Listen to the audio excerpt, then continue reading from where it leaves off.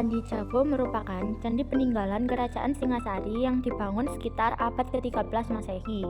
Candi Jago dibangun untuk menghormati Raja Srijaya Wisnuwardana, yaitu raja keempat Kerajaan Singasari oleh anaknya, dan sekaligus raja yang memerintah saat itu yaitu Raja Kertanegara.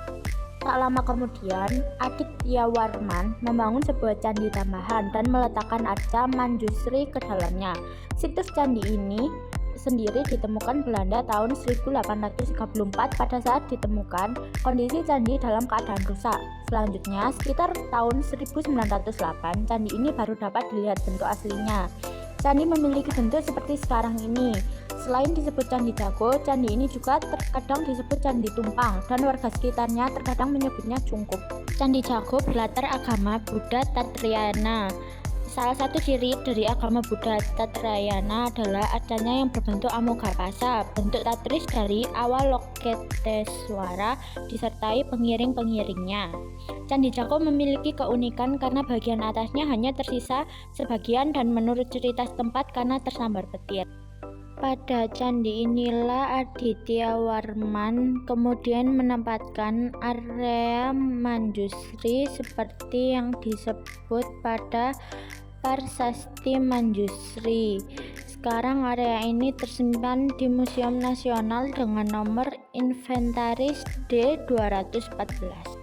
Pada sudut kiri atau barat laut Candi Jago terlukis awal cerita binatang, seperti halnya cerita Tantri. Cerita ini terdiri dari beberapa panel, sedangkan pada dinding depan candi terdapat fabel, yaitu kura-kura.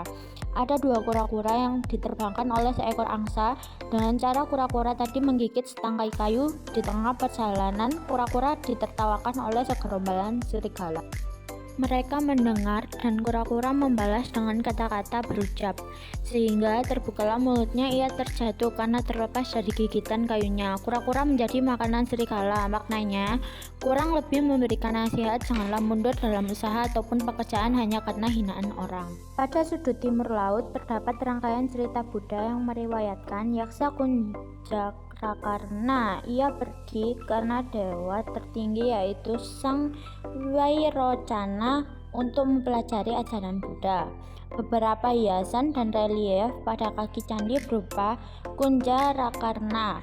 Cerita ini bersifat dedikatif. Dalam kepercayaan Buddha antara lain dikisahkan tentang raksasa Kunjarakarna ingin menjelma menjadi manusia.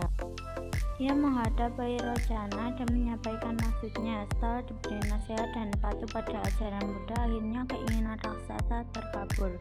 Pada teras ketiga terdapat cerita Arjuna Wiwaha yang meriwayatkan perkawinan Arjuna dengan Dewi Suprabha sebagai hadiah dari Batara Guru. Setelah Arjuna mengalahkan raksasa Niwatakawaca,